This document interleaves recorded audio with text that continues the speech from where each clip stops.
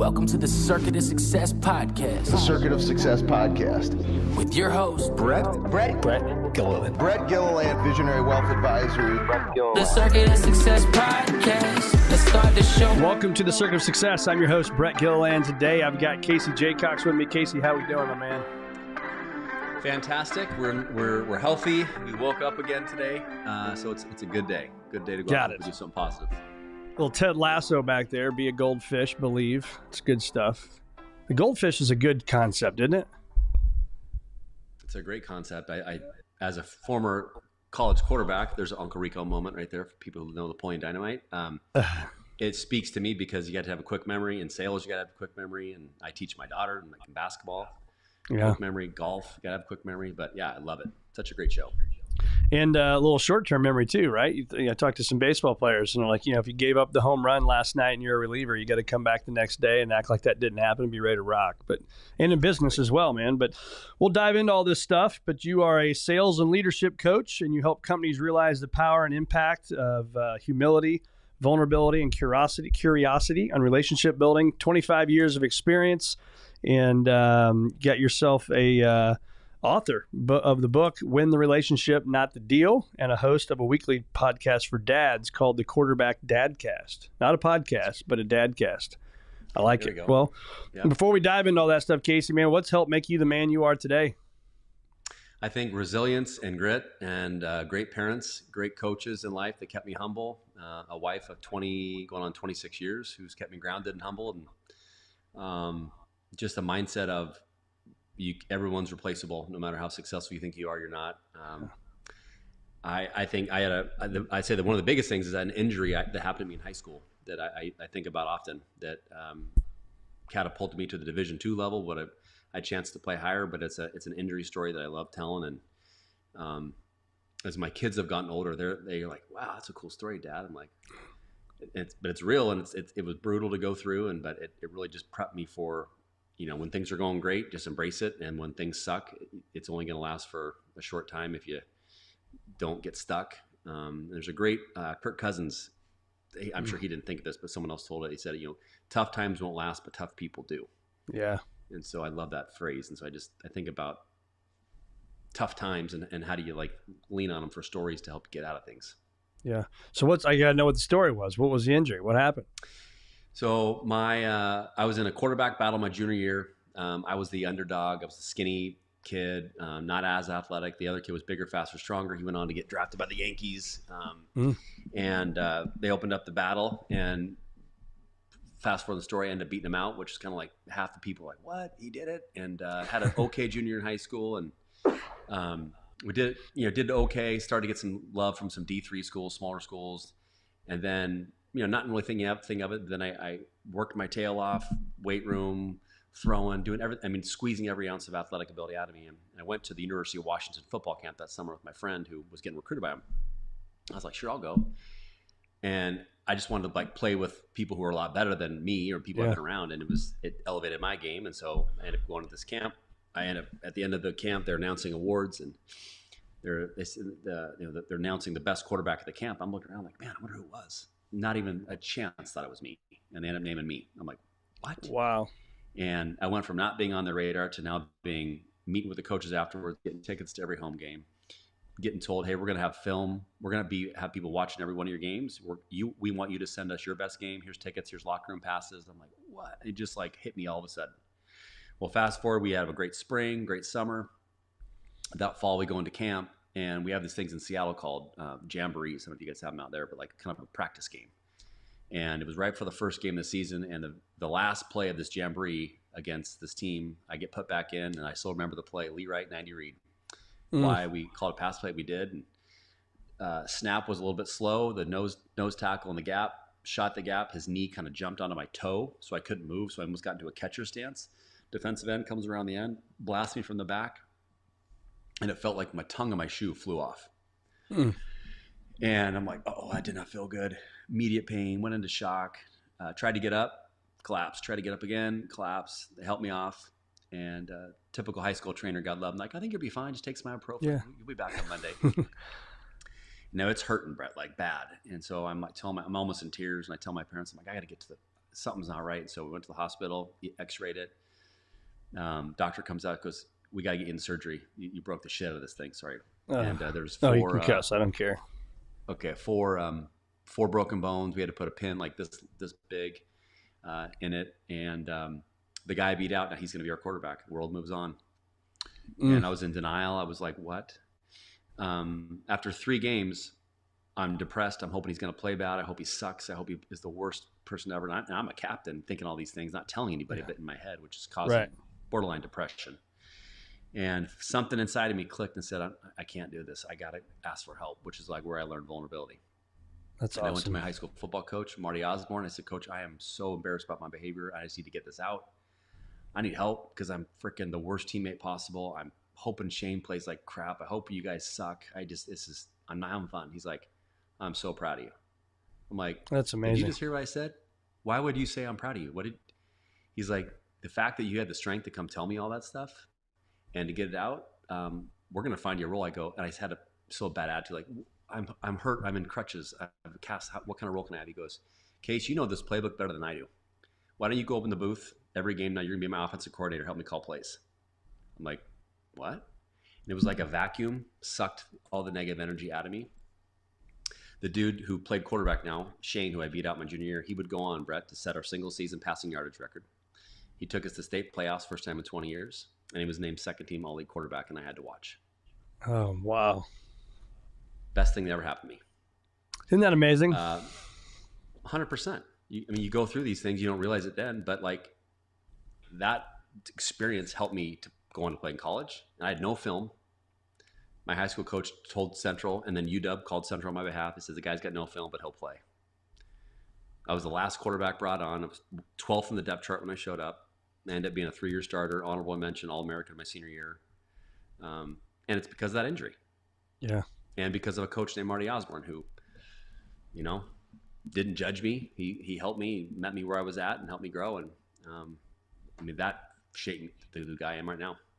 Yeah, that's thank you for sharing, man. That's a big deal. And it's funny, my biggest learning as a professional was my second year in the business of being a financial advisor, and it was my worst year ever to this day, right? Hopefully it always will be my worst year, but it was the most learning year that I ever had, and it was through the hardest time, So for anybody having a hard time right now, hopefully one day you'll wake up and say that was the best thing happening. But I know it's tough in the moment because it doesn't feel that way, man. It doesn't feel that way at all. Talk about vulnerability, because you mentioned it now a couple times, and I'm a very vulnerable person myself, and I believe it's helped me get where I'm at, because I think the more vulnerable we can be, the deeper relationships, the better we can be. Talk to me about that and why it's important to you. I think vulnerability is so important because, like Ryan Holiday writes in a lot of his books, ego is the enemy. Yep. Ego is just toxic energy, and we're not vulnerable to share where we sucked or where we once failed. Then what happens inside of corporate environments that fear loves to hide, and then when there's not vulnerability, then curiosity goes down, and then when curiosity goes down, humility goes down too, and then we have ego, and then we have people get protective, and we don't want to share. And so the power of saying I don't know is one of the most powerful things people can say. And one of my great leadership tips, one of my mentors told me, he goes, Casey, it's okay not to know every answer. It's just not okay not to do anything about it. And so I think about it in like a sales process or a sales mindset, or so I've actually, my wealth management firm brought me on to consult with them for 3 years, which I never would have thought in wildest dreams I knew anything about wealth management. But what's interesting is like, even those folks, they're like, why would I share? Like, where would I share? I don't know. Like, because as the person who you're managing my money, I don't think you're going to memorize every stock on the NASDAQ or every stock on the New York stock. That's not your job. Your job is to help make sure I don't lose money. If you did, just minimize it. And if you don't have a question, leverage your team. Yep. But if you say, oh yeah, you know what you're talking about, but you don't, and then now you're like stuck because now you're stuck in a lie. Now it's a lose-lose. Yeah. And I think about as leadership though, Brett, like most leaders don't slow down to think about like saying, hey, have I ever told you a time where I struggled and I didn't know what I was talking about? And I think when leaders do that, at least the leaders I work with, it's so powerful when that fear is removed. Yeah. And Brene, I don't know if you follow Brene Brown's work, but she's one of the most downloadable TED Talks in history, PhD. Yep. She talked about, and I've seen her speak live, and she can drop one articulate F-bomb. It is fantastic to listen to. Like, gosh, he crushes that word. Yeah. That's great. Yeah, I mean, I 100% agree. And so let's talk about, so I know some of the topics that I prepared for today is thinking about, and I saw something you talk about, TED, TED. Tell me, explain, describe. So let's talk about that. What's that mean? Tell me, explain, describe. It's a framework that I got taught that I now teach, how people ask questions. For the moms and dads out there, it's great people to practice on your kids. So when your son or daughter comes home, it's like, hey, Billy, how was school? Good. What'd you do? Nothing. Did you have fun? Yep. All right. Well, go play Xbox, but we'll see you in 6 hours. Yeah. I have a great relationship with my son. No, you don't. If I said, hey, Billy, tell me 2 things that made you smile at school today. Whatever he says, great. Tell me more about that. Hey, describe, if you could change anything about your school, tell me what would come to mind. And it relates to business. One of my favorite questions I ask people when I start a meeting, and I got taught this, and I had to get out of my own way, is, so if I was meeting you for the first time, I'd say, Brett, thanks for your time. I know we spoke 2 days or 3 days ago based on you wanted to talk about A, B, or C, but before we get started, describe what would be an ideal outcome for you in the time we have today. Now, most people, when they go do this, they're like, well, I don't want to ask that because I'm going to look, that's my job. I go, it is your job to be prepared. But what happens if what you talked about 2 or 3 days ago has changed and they want to talk about something different? Wouldn't you want to know? So TED-based questions, when you really practice them, remember like old school Nintendo games when you had the cheat codes, like the up, down, A, B, whatever. Yeah. You could do like Contra. That's what, yeah. I got a funny story on. Great pull. Yeah, you'll like this one. So you play Super Tecmo Bowl as a football guy. Oh yeah, Phil McConkey. Yeah. So the best team was the Raiders, right? Bo Jackson, Marcus Allen, right? So Marcus Allen lived in our town for about, 5 or 6 years. And this was, 2 years ago. I'm on the putting green. We're the first tee time, me and a couple of my buddies. Well, I get there first. It's like 6:30 in the morning. I'm putting, and I look over, and there's freaking Marcus Allen. I'm like, holy smokes, that's Marcus Allen. But, I wanted to keep my cool. I didn't say anything to him. Like, hey, what's up, man? Whatever. And then I'm putting. He looks over, and he's like, hey, do you mind? He goes, I'm a one-some. Do you mind if I go off before your foursome and just so I can just get going? I said, no, man, absolutely. Go ahead, have fun, play well. And he turns around, starts walking, and I said, hey, Marcus. And I said, I just want to tell you, man, you are an effing stud in Super Tecmo Bowl. So I did this long pause, and I told him, and he literally like bent over and like put his hands on his knees and started laughing. He goes, that's freaking hilarious. So anyway, I interrupted, but that was a good Marcus Allen story. But that's uncommon right there. And that's like, so what you just did there, I teach what you just did that most people don't think about doing. Okay. Right. But why would, so to me, that was being vulnerable. Why not? Let your personality out. Yeah. He'll remember you. He'll be talking. He probably talks about that story. Dude, I was at St. Louis, this golf course, this random dude. Talked about my Tecmo Bowl game. Yeah. Not my Hall of Fame career, but my Tecmo Bowl game. That was awesome. So anyway, I interrupted. So you were talking about that. That's right. Yeah. So like the phrase when we're trying to uncover, like, for example, back to business, we're uncovering business pain. We're trying to, because like, if you can't, in any sort of selling, if you can't uncover something that's not working, they don't need you, is what I teach. Yeah. So, if you can't find anything, that's okay. Then walk away. So you can still maintain a relationship, but just like, don't try to convince them. In any sort of selling, they're going to convince themselves. It's our job as sellers or as business people to ask great questions. And so let's say we ask something that kind of triggers them to talk. Most people, when they smell a deal, they pounce like a cat with catnip. And what I teach, that I got taught, is say, great, tell me more about that. Pause. And I ask people, I say, can you hear this? They'll be like, no, what? I go, because I tap my finger 3 times. So I tap my finger, or I tap myself 3 times in between a question to give space so that the person can think about their answer or think about the question I just asked. So let it sit in. But whenever I say, Brett, like, hey, tell me more about that, no one's ever said, hey, go after yourself. I don't want to tell you more about that. They keep talking. Yeah. And that's, as a seller, that's our goal. We want them talking. We don't want to be the Navy or the Air Force pilot talking about how fast we can fly the plane and, hey, you want to see some film? And We want to be talking about them, learning about them. And I think TED-based questions are such an amazing way to do it. I learned this at age 41. I'm almost 50 now, and I wish I would have learned it in my 20s, because I always say I was right guy, right time, right place, lucky enough to be a number one seller at the company I was at. But I think I would have had way more success if I would have had this framework earlier in my career. Yeah. It's funny. I use ADT as my acronym is ask, don't tell. So I can tell you everything you want to know, right? But the more I ask questions and let you figure it out, then it's the gospel if you come up with it, right? And I thought in sales, if I'm telling you, well, of course I'm telling you that. I'm trying to sell you something. That's what people could think, So ask great questions, man. It's great. It's great stuff. How do you work on belief? So the circuits of success, hence the podcast we're on, is your attitude, your belief system, your actions that ultimately get results. So I'd like to focus on that belief cornerstone, if you will. What is it that you believe in that is to your core? This works. Nobody can change your mind. And how important is that belief for you? Well, hence the belief sign behind me that people think that's for Ted Lasso. It's actually for me, Brett, to remind myself that I believe what I do matters. And it's also for the people I work with when they bring me on, like to coach them or like help them like get unstuck. And so I always ask them, one of the first questions I'll say, do you believe what you do matters?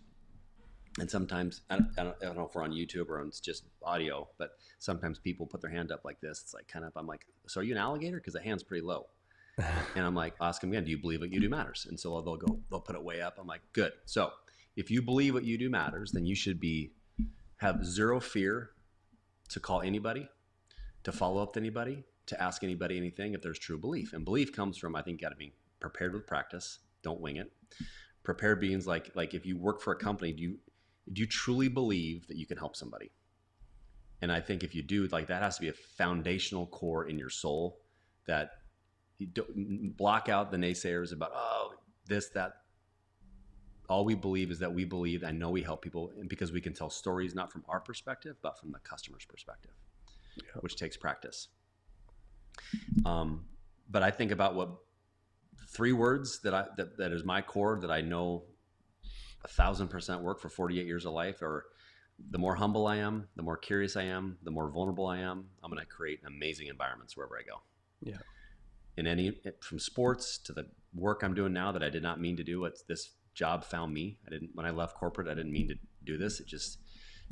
People say the word calling, like I am living a calling without a doubt. How did it just happen? Another funny story. So when I left in 2019, I had a voice in my head that kept saying, go. I had clients that saying, man, go out and go change the world. I'm like, what are you talking about? And it was kind of worked out where the company I was at, it just kind of, which I love them. We had a great exit that usually when you've been in a place for almost 20 years and someone leaves, it could be rocky, but it was like what they wanted me to do didn't really align with what I wanted to do. And there really wasn't a role for me anymore. So we just kind of said, hey, maybe this is time to high five and go. And so I left, took a few months off to get my head right. Played too much golf, got golfer's elbow. That was embarrassing. And then golf can be a physical sport too. All you football guys want to make fun of us golfers, back in the day. And now our sport's cool, isn't it? Pretty freaking cool now. I would have played golf for the record, but it was during football season. Yeah. Where I lived. I couldn't That's the same here, yeah. I always joke that's why I didn't play football. I was a golfer, but all you would have been a stud linebacker. I know it. Oh, I absolutely. And this is about 40 pounds heavier than what I was in high school too. So all 110 pounds of me at 16 years old. I think I lied on my driver's license, but so hopefully I can't get in trouble. Still outdrive them. That's right. I can hit a golf ball farther than them, which is good. But anyway, so I wrote a book, started a podcast, and then my second year of my non-compete, I was just trying to figure out what I wanted to do. And I was networking with people. And then I started to have these conversations with people say they're looking for a coach for their VP, or I'm looking for a speaker for this. And my mind was like, God, I think I could do that. But something inside me was stopping me from doing it. And when I realized it, I was like, the voice or the story I kept telling myself was, I'm not certified. I'm not a certified coach, so I can't do that. Yeah. So one day I talked to a CEO from Chicago. Her name's Leslie, and she said, "Hey, Case, we're looking for you're kind of network guy. I'm looking for a coach to coach my VP of sales and some process stuff, some things we're working on doing. Do you know anybody?" I'm like, maybe. Let me think about it. In my mind, I was like, you idiot. But I didn't say that. In my mind, I was like, it's me. So I called. I let her hang up the phone. And she said, she said she had to go. And so I immediately picked up the phone. I called a guy from Toronto who I met in this journey. He's like a really talented international business coach. And I said, hey, do you have like 2 minutes? He goes, yeah. And he goes, can you do it on Zoom instead? So we got on Zoom. And so we started talking real quick. And I go, I think I love your advice. And I need you to be honest with me. I feel like I've had these signs keep coming where I should be getting into like speaking and coaching. But what stopped me is I'm not certified. What do you think I should do?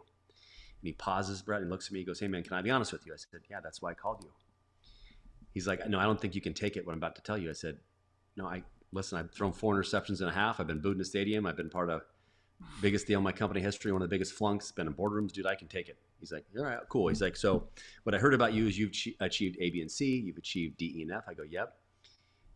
Quote, he goes, good, then get out of my mother effing face and stop wasting my mother effing time. And I'm just like, what? I like that, dude. And he holds up my book. He goes, hey, dumb ASS. Here's your certification. Are you shitting me? I'm like, oh my God, thank you. And I literally felt like I was a 5th grader that got in trouble at recess and had to go scurry back to class. And I called Leslie back. I said, Leslie, it's Case. She goes, I know it's you. And I told you I have to go. I go, do you have like 2 minutes? I'll be really fast. She's like, you better talk fast. I got to get to my meeting. I go, are you still looking for your coach? She goes, yeah, I just told you that. I go, I think I found your guy. Can I tell you about him? She's like, sure. So I described myself in 3rd person. She's like, oh my God, who is it? I go, it's me. When do I start? Oh, that's like, awesome. What? I go, I know. I don't know what to charge you. I have a business license. I barely have a website. I don't have any materials, but what I have is experience. And I know I am so confident I can help her. And so how about this? Whatever you were going to pay your person, pay me 75% of that. And after 3 months, if you've not seen me start to influence her habits or change her habits, I'll give you all your money back and I'll go do something different. She's pauses. She's like, frick it, let's do it. And I have not looked back. And every customer I've helped since then has been personal referral or word of mouth. That's great. That's awesome. How long has that been? 4.5 years. Yeah. And that's the belief, right? I mean, I think about belief, your faith, there's belief in self, there's belief in goal achievement, but there's belief in, because I'm this way, of you can do it you can build the bridge while you're walking across the bridge, right? I think so many people, that paralysis by analysis, right? Where I gotta have this perfect business license and my perfect business plan and blah, blah, blah, blah, blah. And it's like, dude, go start building the business, man. Make it happen. I totally agree with that. I mean, my first website was a joke. I didn't have brand colors. I didn't have consistency. I didn't even think that my PowerPoint sucked. I look back now, but people still hired me. Yeah. Well, it's your belief in what you're going to bring into the table, right? And it's the same thing when we started Visionary Wealth Advisors, our own firm, 10, almost 11 years ago. We didn't have a website. We didn't have business cards.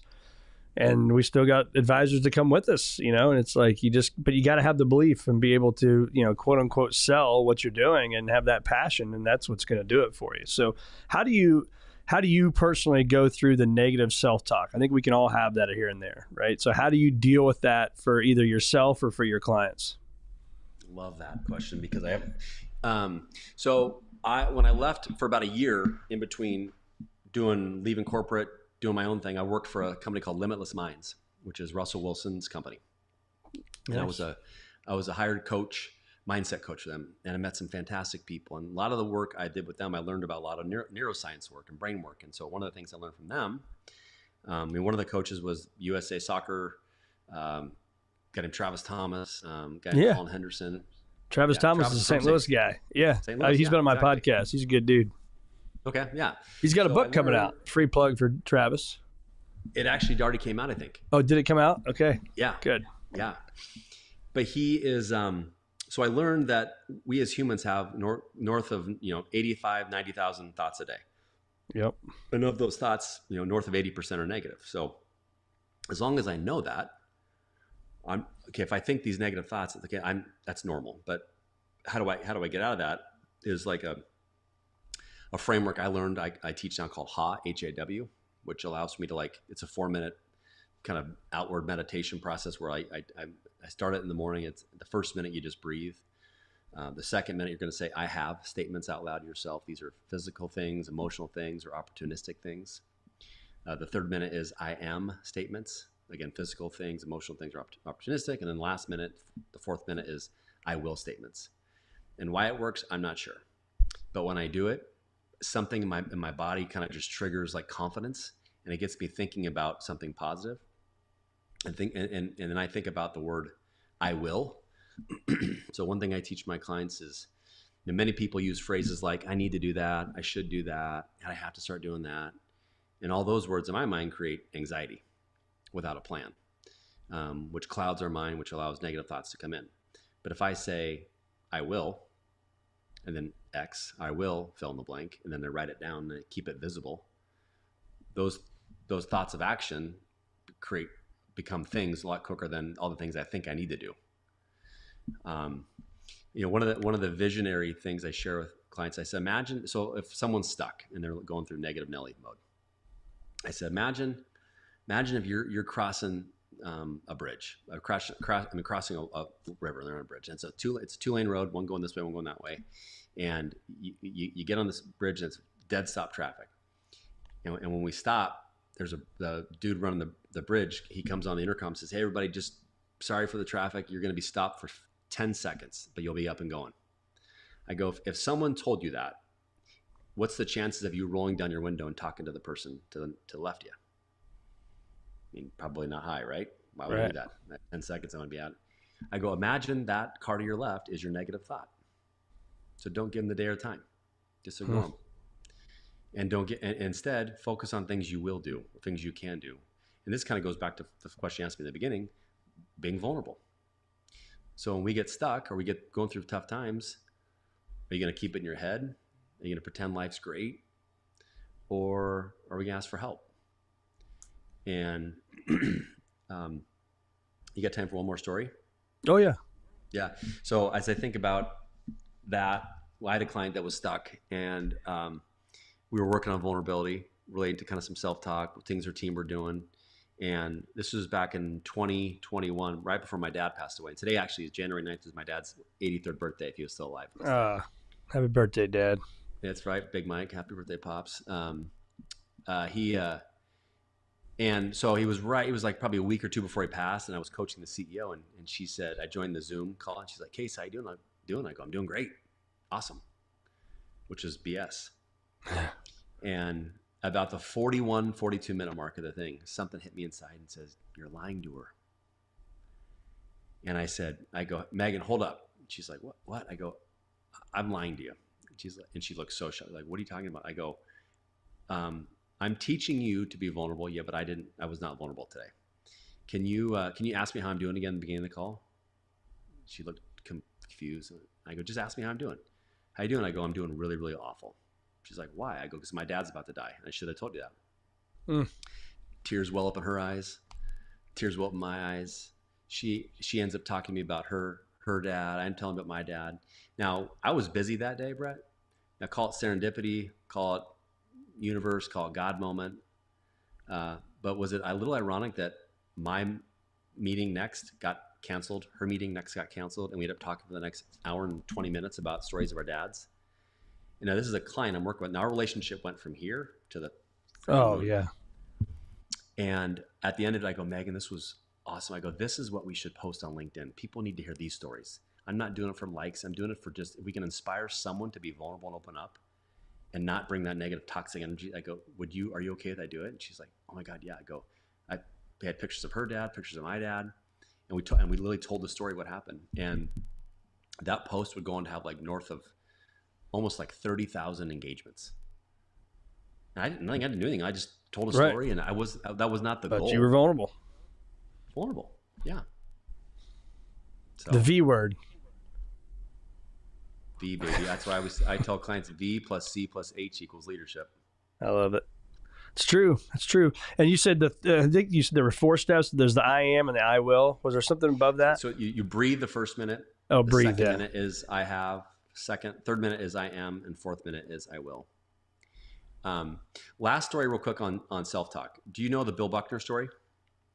I do. It's a freaking unbelievable story. Do you know what happened 19 days before the air? He told himself that he had the vision of himself having a ball go through his legs and and losing the game. Not many people know that. Impressive that you do, Brett. Yeah.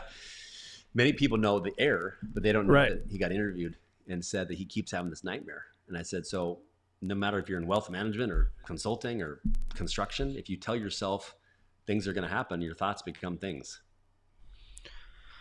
100. I'm writing it down. We'll just go there now. It's the law of attraction, right? I mean, it's. I tell my kids this all the time, and I remember my oldest when he was. I think it might have been my second one.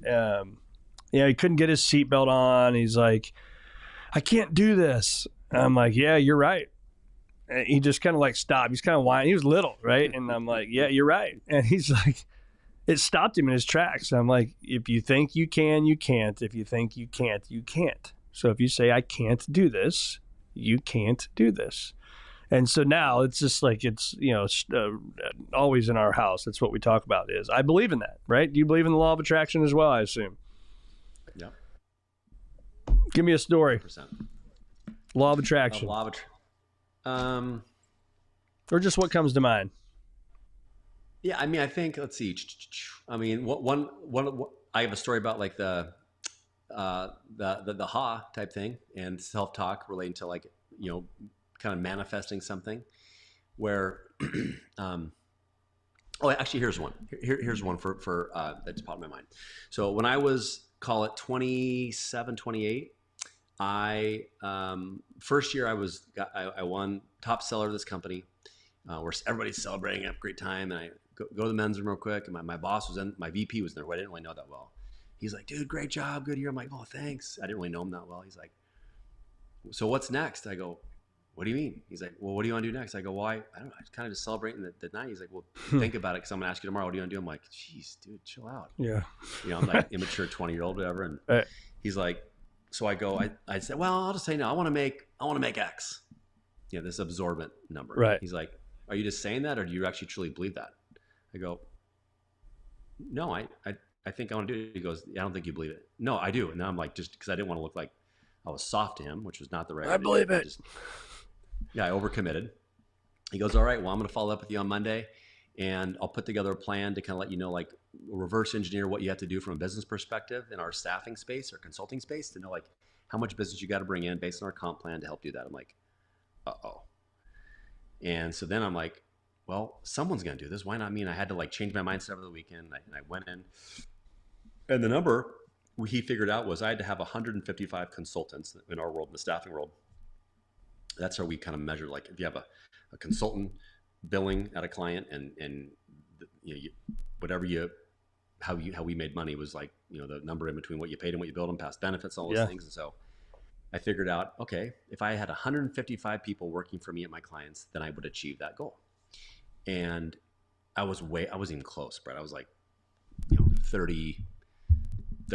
And then anyway, so I kept that piece of paper up and visually, and I just kept believing it. And people would ask me what it is. I said, I'll tell you when I reach it. And all of a sudden, 3 years later, 4 years later, and this paper traveled with me whenever we would move offices. And it looked like almost like a part of the Gettysburg Address with the burnt corners and brown places all over. Yeah. And then early December, my best client, a guy calls me and goes, Jacox, you sitting down? I'm like, yeah, what's going on? He's like, we kind of had a financial miscue. I'm thinking, oh shoot, bad news. He's like, we have to spend X before the end of the year or we lose it. And so we're putting a fast track on all these projects. You're our number one vendor. We're gonna hire about 75 people. They're gonna be you can get as much as you want until you mess up. And I literally was like, oh my God. And so then we immediately put our team together, plans. I mean, it was like no egos. Everyone got on board. We would fill like 68 or 69 of those 75 positions. Those people would be on project for 3-4 years. One day I finally hit 155. I'm like, oh my God, I did it. But a lot of it it goes back to belief, what your podcast is about, visualizing, telling someone about it, asking for help, putting a plan together, and then never wavering. And I ended up actually doubling that number at the end of my career, which is kind of crazy to think. Yeah, I've got countless things like that in my career. And I think the next thing I wrote down with it when you're talking about that is going public. And I think that, so many of us, I think we can keep stuff inside, right? And not go public with the 155 or the whatever it may be. And I have just found for myself, and I'm curious if you found this as well, the more people I tell about my vision or our goals or what we're doing or what we're building, the more we're dreaming about, that it actually happens. People want to help people. Yeah. People want to help people. A lot, like one thing I encourage my clients to do is like do a LinkedIn video, like bragging about your company. Hey, we got some exciting things going on. Like, how many people are doing that? Yeah, that's true. I mean, and you can do that now. And it doesn't cost anything. And you don't have to ask for approval, Even like when you're commenting on your clients' posts or people you want to connect with, you don't have to ask for approval. Hey, do you mind if I comment on what you just posted? If you're genuine, you leave like a thoughtful comment. That might be like, oh, that was nice, that person. Same thing about what you're talking about. So I love it. This is fun stuff. How many of the fears you've put in your mind have ever blown up to the magnitude you put them in your mind to be? How many fears have I put in? I mean, I'm flawed like every other human. I have fears that pop into my mind. A lot of it's negative energy. But when I have those negative energies, I usually kind of go into prayer mode or journal mode or just thoughts, get out of there. Yeah. But when I think about bad stuff, I mean, it increases the chance of happening. I know that.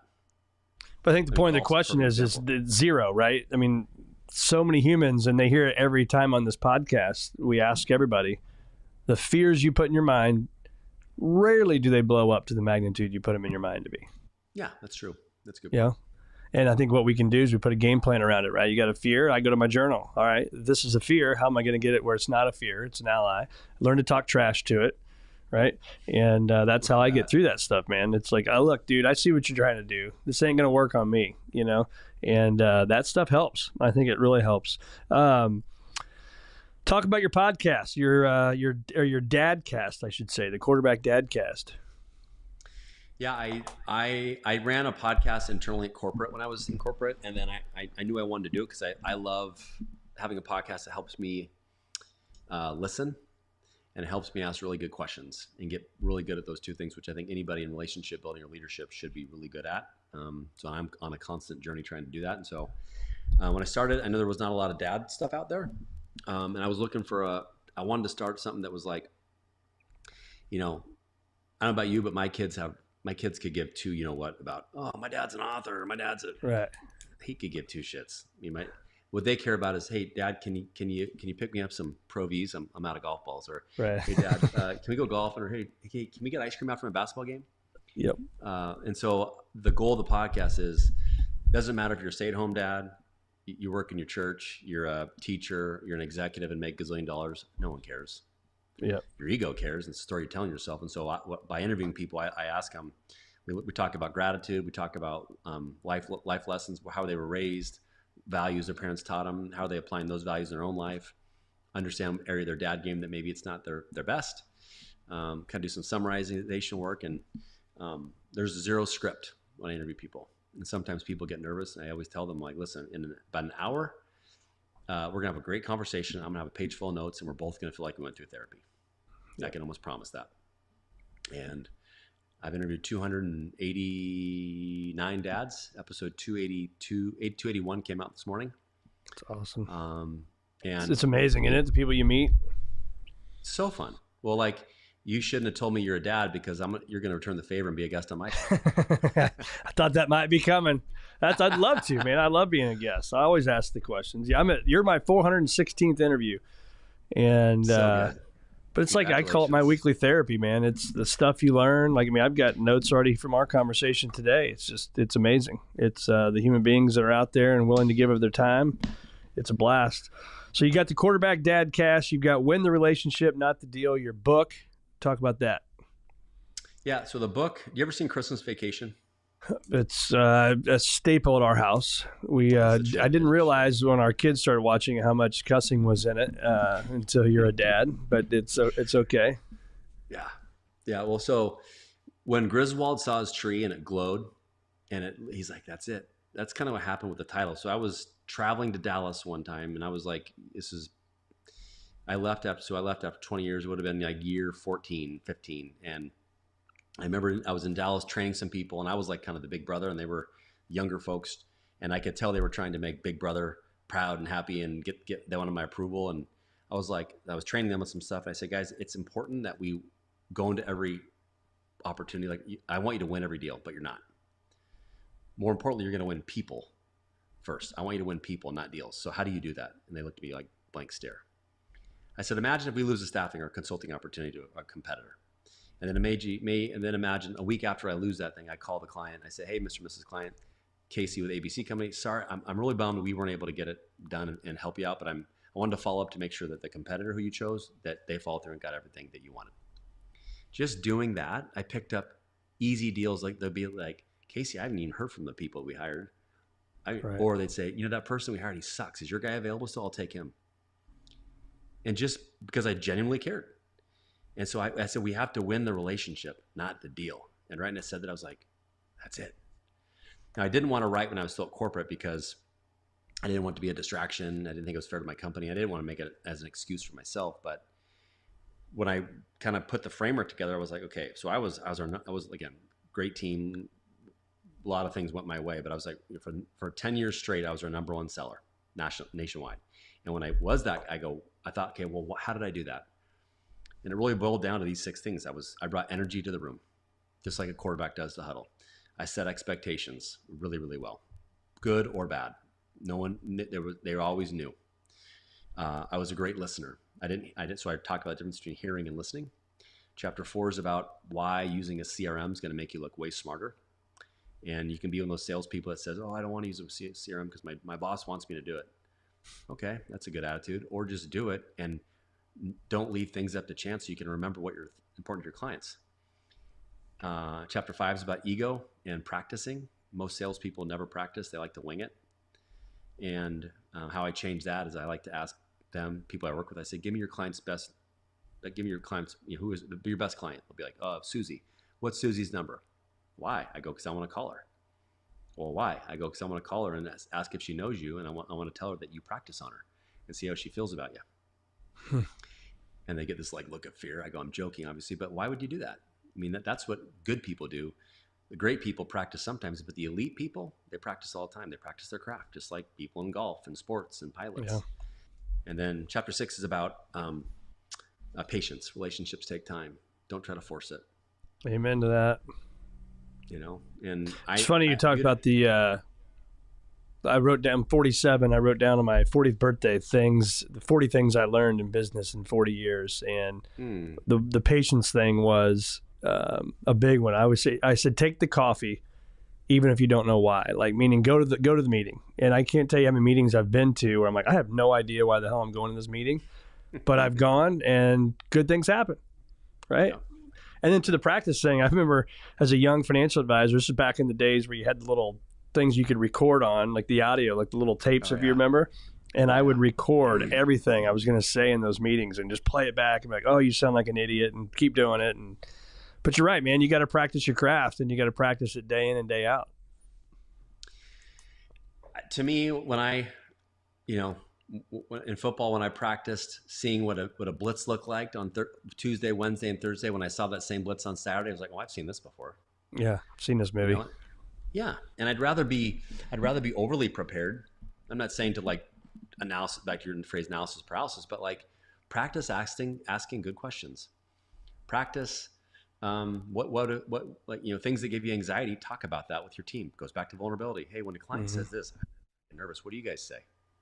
Practice it. Yep. So that when you talk to the client, they're going to hear the confidence in your voice. Amen to that, man. Well, we will put all this in the show notes. The Win the Relationship, Not the Deal book, your Quarterback DadCast. But just a great discussion today, Casey, and I appreciate your time, man. It's been awesome hanging with me here, but really appreciate you being on the Circuit of Success. And where do our listeners find more of you? The best way people can find me, I'm very active on LinkedIn. My website, just CaseyJacox.com. If you're interested in reading the book, it's on Amazon. It's available via Kindle, paperback, or my personal self, I narrated the book. So it's on Audible. Cool. That was a fun process. And then if you like podcasts, the podcast is on YouTube, Spotify, so Apple, and pretty much anywhere you can consume podcasts. It comes out every Thursday morning. Awesome. All right, my man. Well, thanks for being on the Circuit of Success. Really appreciate your time. Keep up the great work. Thank you.